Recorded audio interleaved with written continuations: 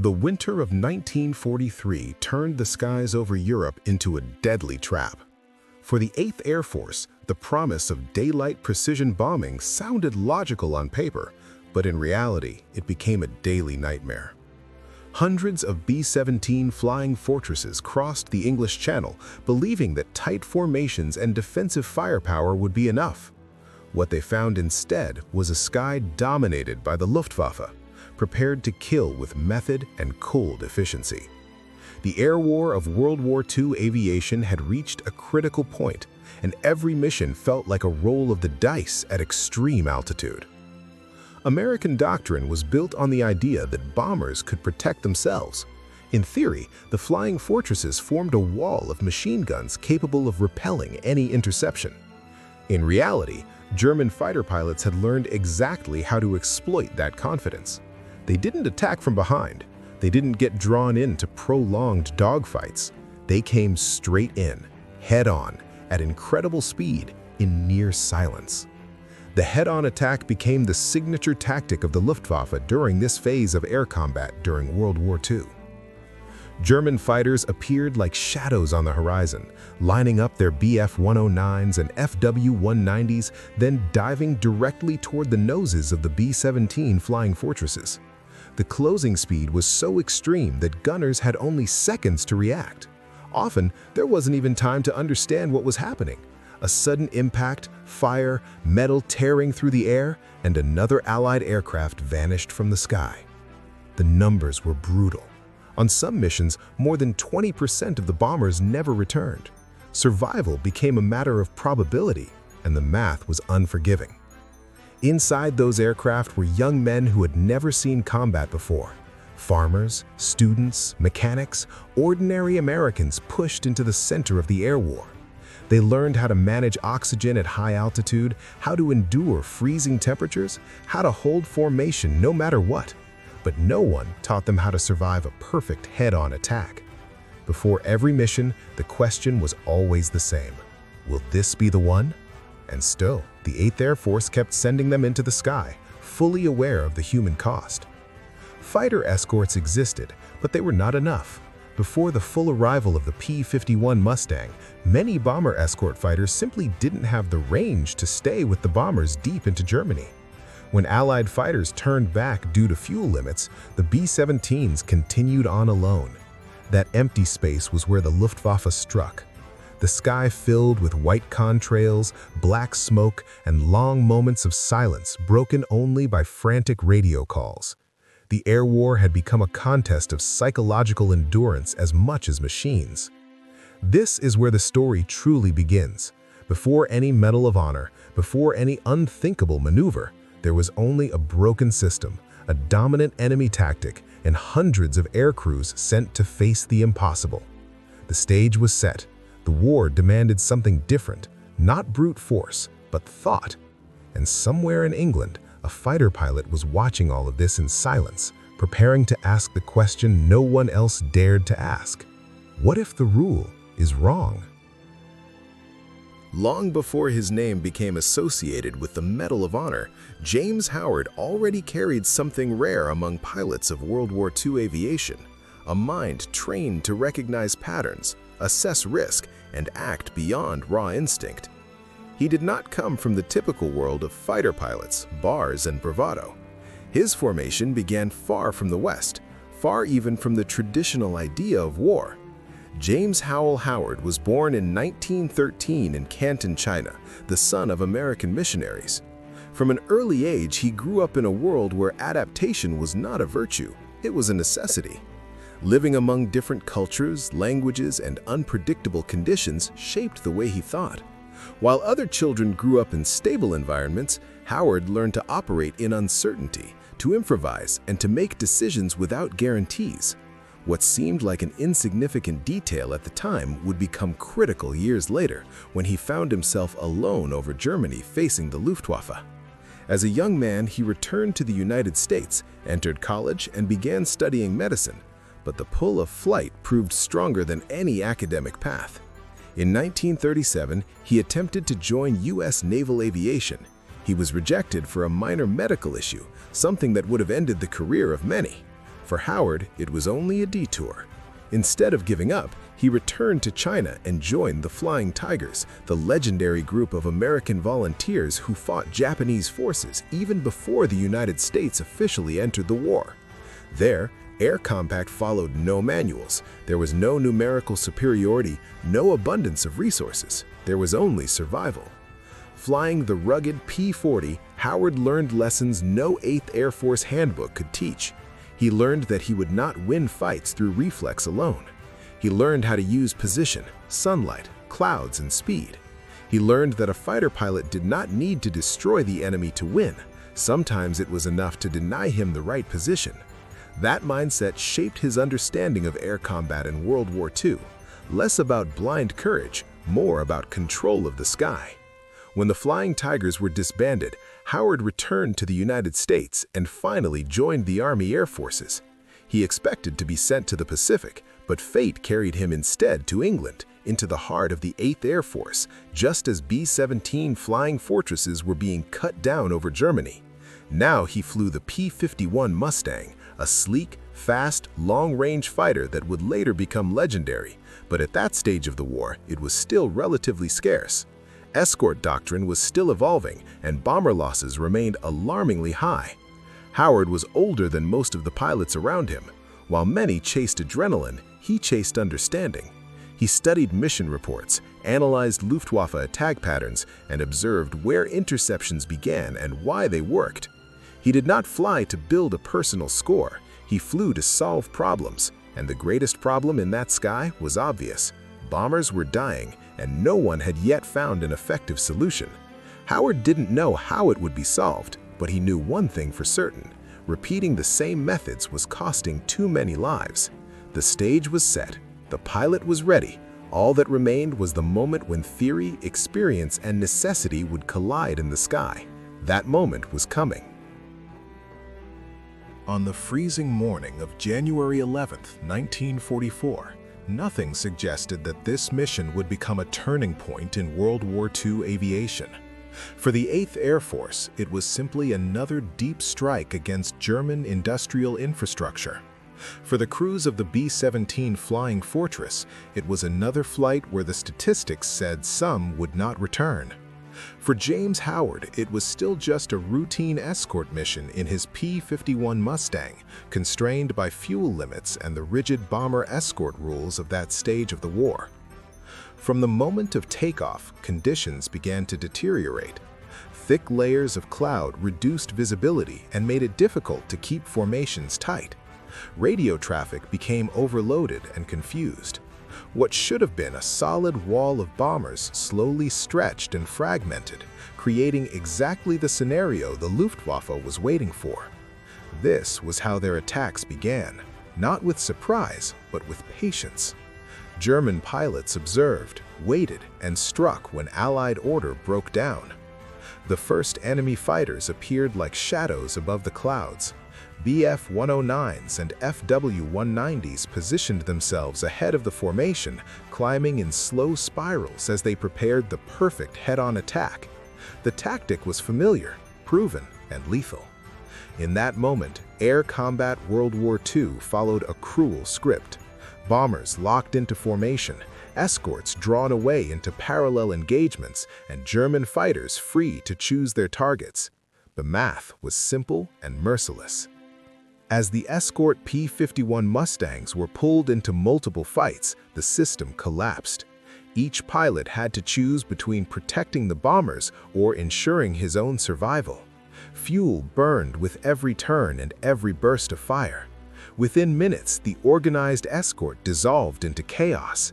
That was when Howard saw something that would change everything. An isolated group of roughly 30 B-17 Flying Fortresses drifting away from the mainstream, slow, heavy, exposed, and completely alone.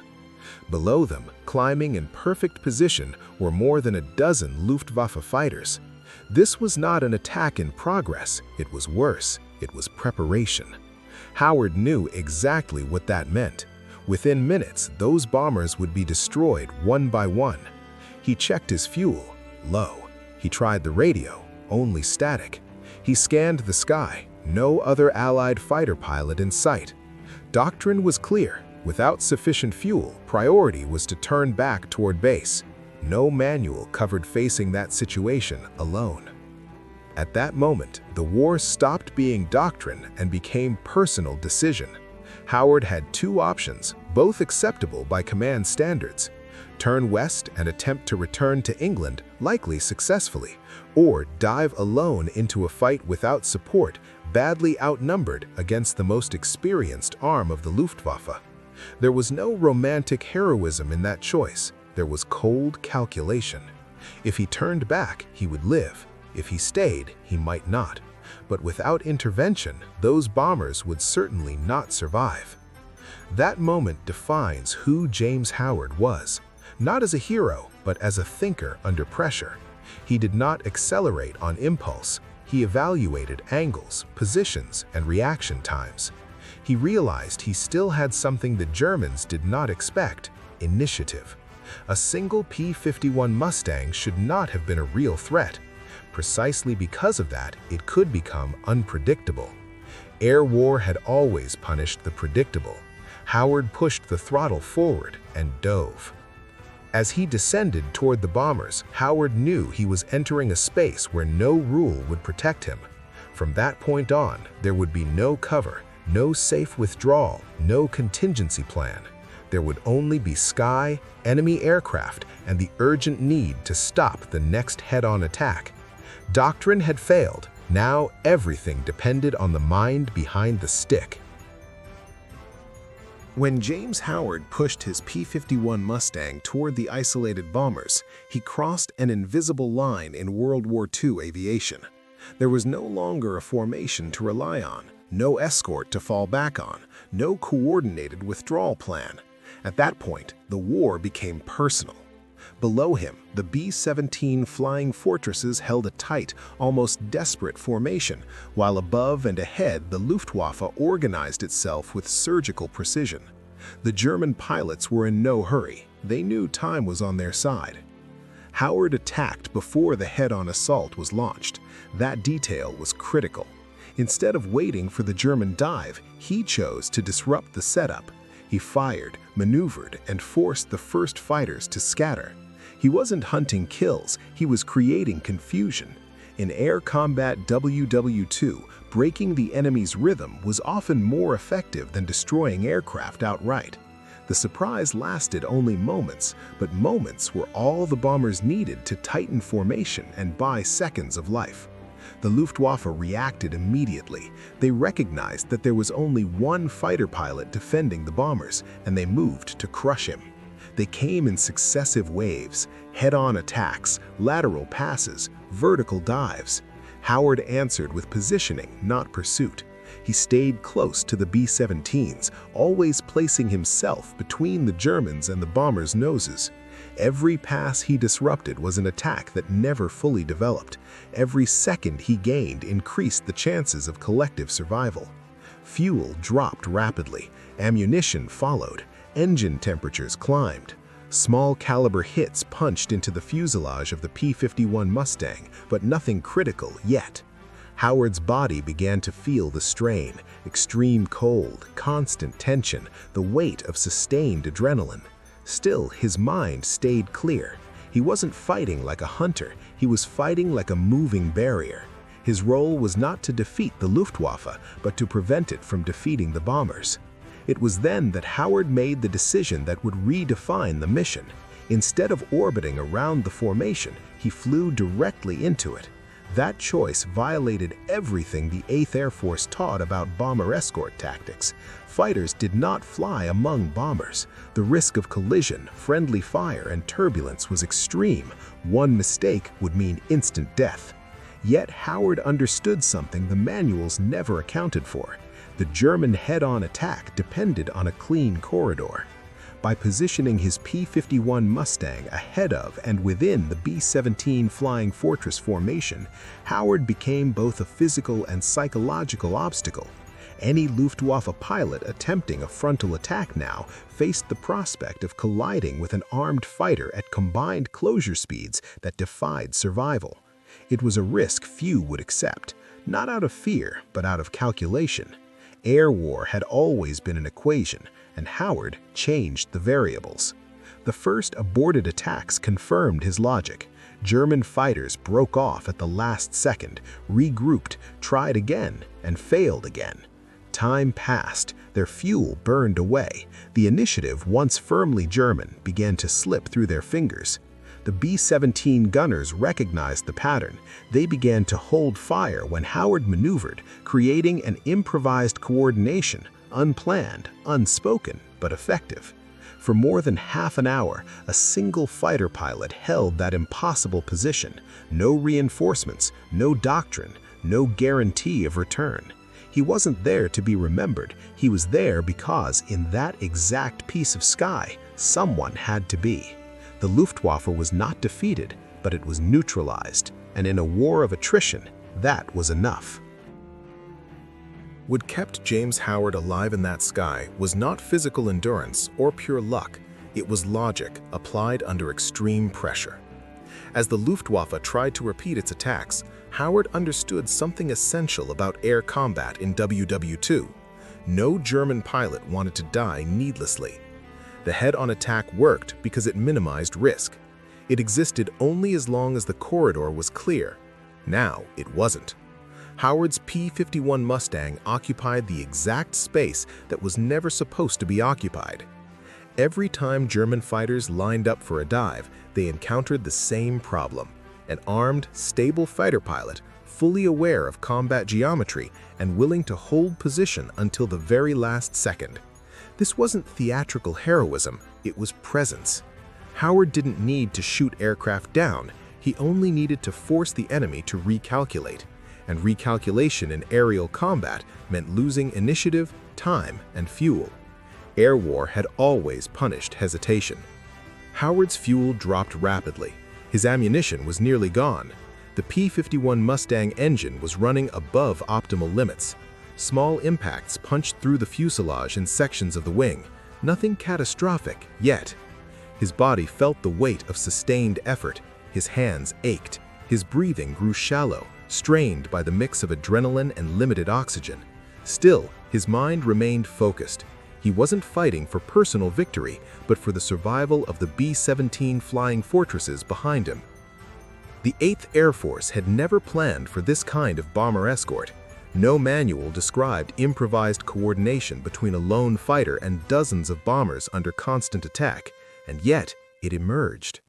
Gunners began to recognize Howard's movements. They adjusted their fire, called threats over the radio, watched his blind spots. What began as a solitary act became an improvised system of mutual defense, fragile but effective. The Luftwaffe, experienced and pragmatic, noticed the shift. The attacks were no longer producing results. Every aborted approach burned precious fuel. Every minute spent increased the likelihood of additional Allied fighters arriving. The strategic equation began to change. The risk was no longer worth the reward. There was no panic, no disorganized retreat. There was calculation. One by one, German fighters began to disengage, diving toward lower altitude and disappearing beneath the cloud layer. When the final attack faded, Howard knew the limit had been reached. His fuel gauge had crossed into danger. There was no ammunition left for another engagement. The priority was now simple: get home.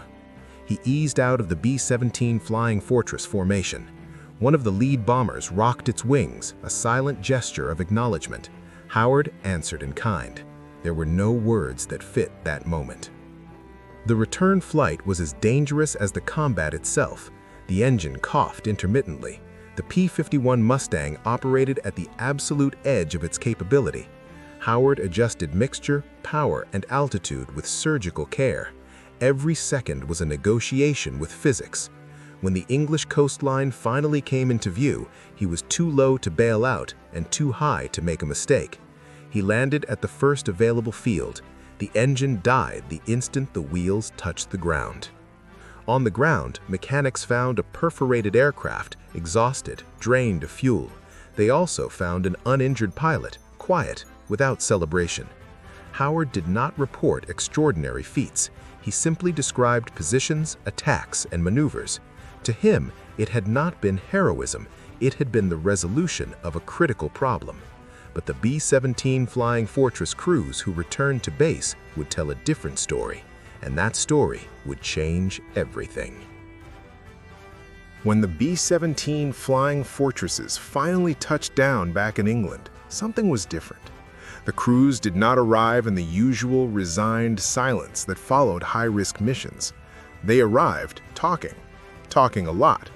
In every debriefing, in every report, the same story emerged. A single P-51 Mustang that stayed with them when all the others had disappeared. A fighter pilot who flew so close he seemed to be part of the formation. A man who absorbed attacks meant for dozens of others. To the 8th Air Force, this was not just an emotional account, it was new operational data. Intelligence officers listened carefully. They cross-checked times, positions, fuel consumption, and Luftwaffe attack patterns. They compared James Howard's concise combat report with the testimony of gunners, navigators, and bomber pilots. The numbers were undeniable. Not a single aircraft in that group was lost after Howard took position at the front of the formation. In a phase of World War II aviation when losses were almost guaranteed, the anomaly demanded immediate attention. Senior commanders knew that what Howard had done violated official bomber escort doctrine. He had not intercepted the enemy at a distance, he had not patrolled flanks, he had not followed established corridors. Instead, he occupied the most dangerous space in the sky, exactly where Luftwaffe head-on attacks needed to pass. It was risky, nearly suicidal by the book, but it had worked. In war, results force reflection, even when they break the rules. In April 1944, James Howard was awarded the Medal of Honor, not as an empty symbol, but as formal recognition of an unprecedented action in the European theater. He became the only fighter pilot in Europe to receive the United States' highest military decoration during World War II. Even so, the official citation did not fully capture what had happened in that sky. It spoke of courage, bravery, and sacrifice, but the most dangerous element of all, thought, remained implied. Internally, the 8th Air Force began something more important than ceremony: analysis.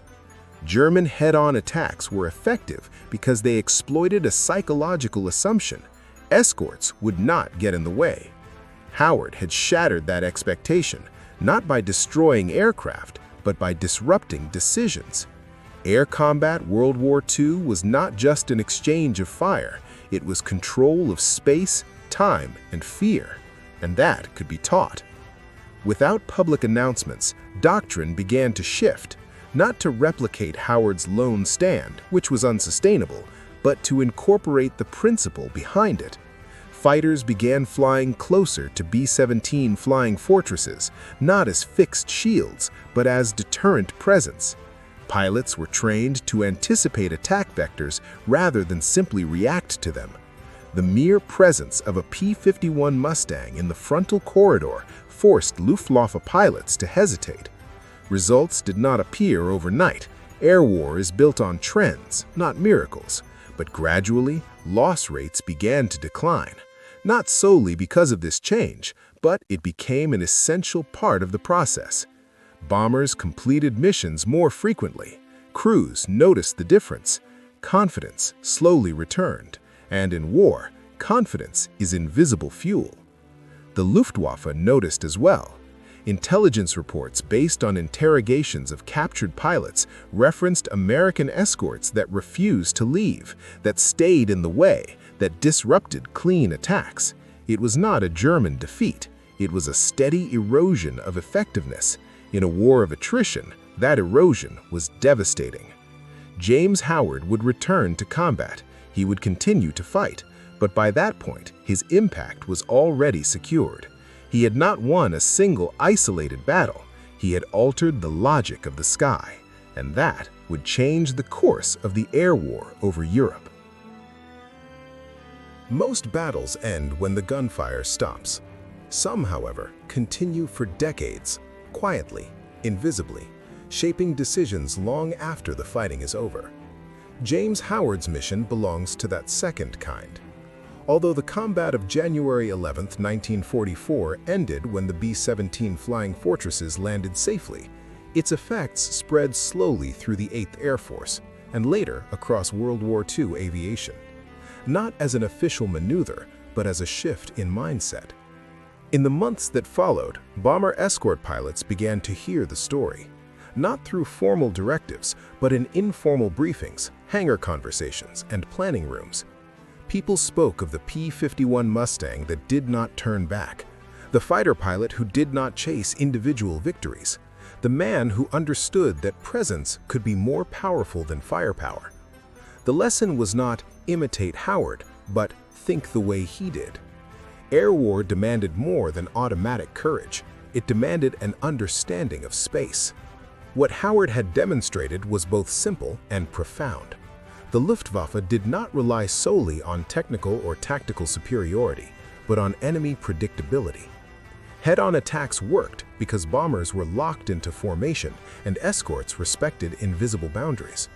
When those boundaries were broken, German confidence was shaken. In air combat WW2, doubt was as lethal as a machine gun. Crews of the B-17 Flying Fortresses felt this change first, not because the sky had become safe, it never did, but because something in the dynamic had shifted.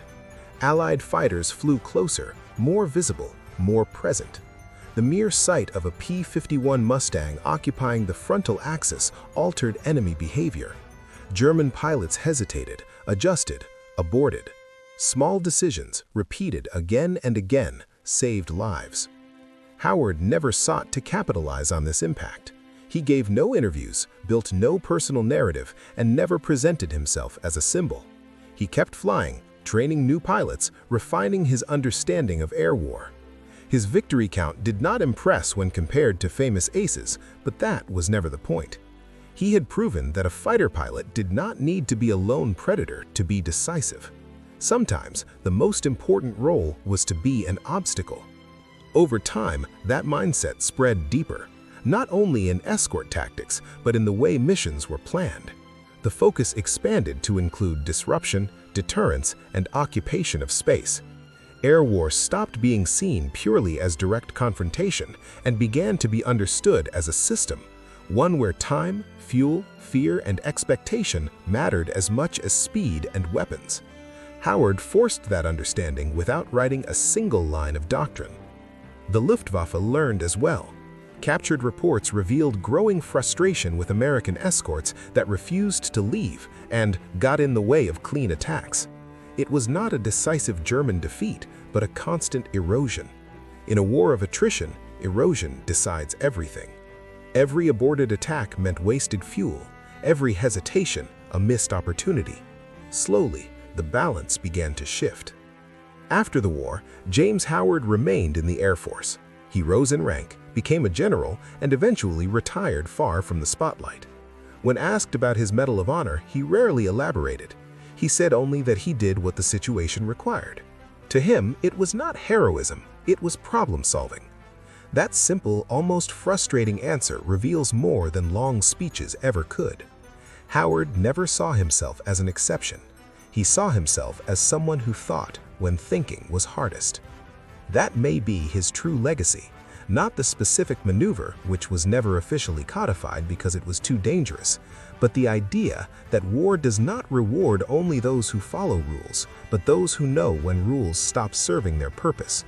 In a conflict dominated by machines, James Howard reminded everyone that the most powerful weapon was still the human mind. Decades later, veterans of the B-17 Flying Fortresses continued to tell the story. Some named their sons after him. Others wrote late letters of thanks. They did not speak of tactics or strategy. They spoke of the day a man stayed when every reason said to leave. Because in the end, war is made of numbers, but survival is made of choices. And in that gray sky over Germany, James Howard chose to occupy the space no one else was willing to take. When the war ended, the European sky became just sky again.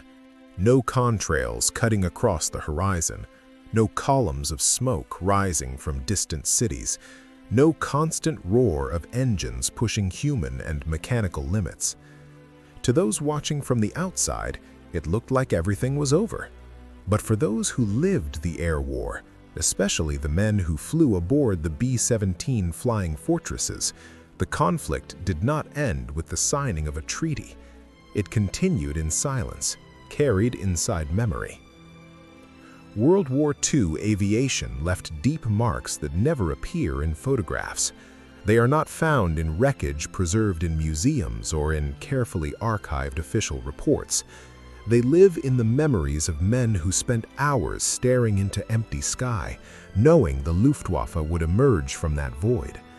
They exist in the tension that built before every mission, when the entire body prepared for something that might not allow a return. For those crews, the war was not a series of glorious battles, it was a continuous wait for the worst.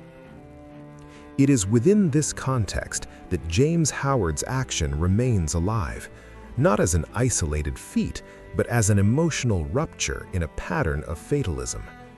By 1943, many bomber crews believed survival was more a matter of luck than control. Bomber escort doctrine offered little real protection, and the absence of fighters over long stretches of enemy territory turned every mission into a potential death sentence. The sky had become too predictable, and that predictability made it lethal. What Howard did that day did more than alter the geometry of combat. It changed the perception of inevitability.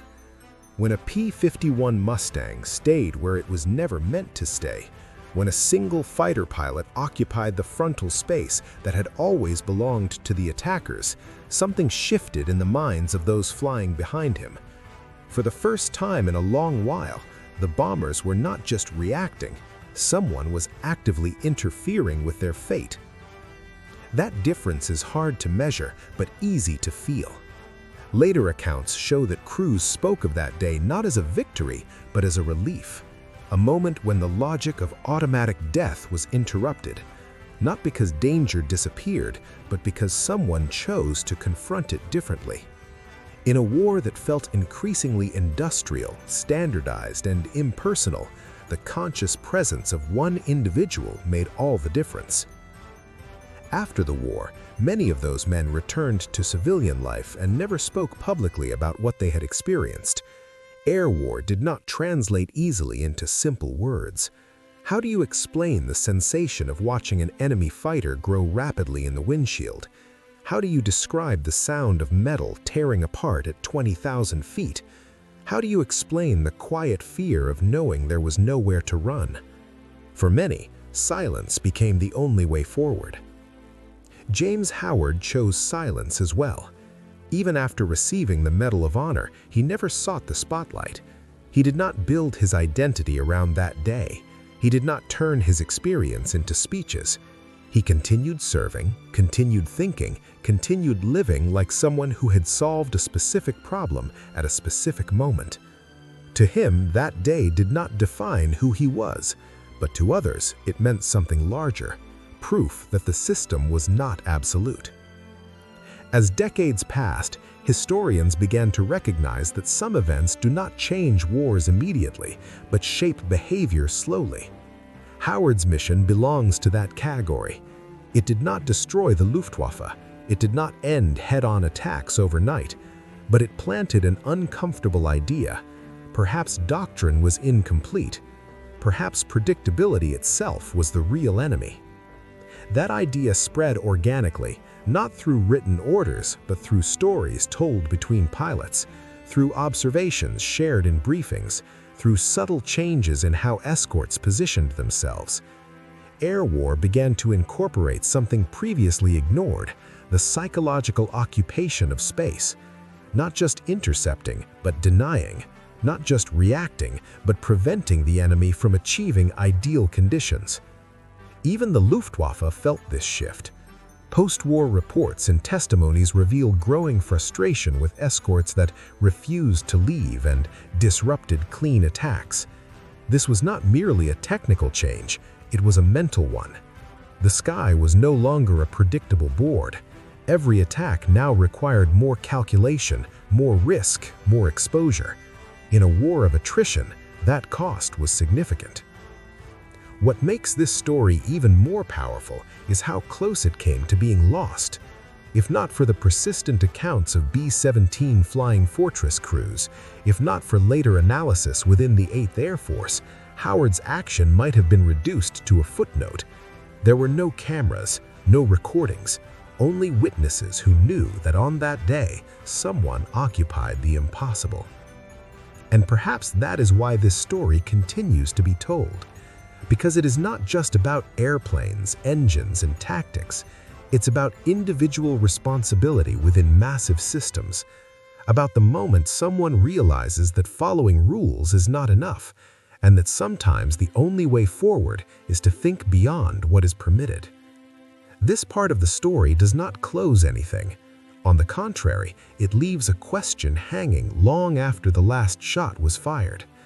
How many lives depend on someone willing to occupy the space no one else is prepared to take? War has a way of turning people into numbers. Missions become statistics. Aircraft become acceptable losses. Men become percentages in reports. The story of James Howard stands in direct opposition to that. It endures not because it was spectacular, but because it was necessary. At a moment when every system failed, someone thought.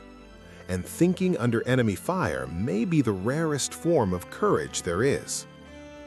Howard was not the most famous pilot in World War II aviation. He did not accumulate the highest number of victories. He did not build an image of invincibility. But he became something far more difficult to be. He became essential.